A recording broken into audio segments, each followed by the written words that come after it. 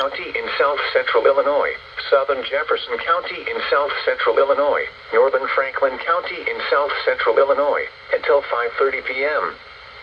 At 4:47 p.m., a severe thunderstorm was located near Tamaroa, 7 miles northeast of Duquoin, moving east at 30 miles per hour. Expected hazards include 60 miles per hour wind gusts and penny-size hail. This is a radar-indicated threat. The following impacts are expected. Expect damage to roofs, siding, and trees. Locations impacted include Benton, Duquoin, Grand Lake area, Cesar, Valier, West City, Tamaroa, Ina, North City, Bonnie, Belle Rive, Ewing, and Masson.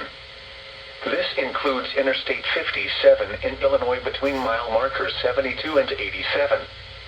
Repeating, a severe thunderstorm warning has been issued until 5:30 p.m. for the following counties: in Illinois, Franklin and Perry,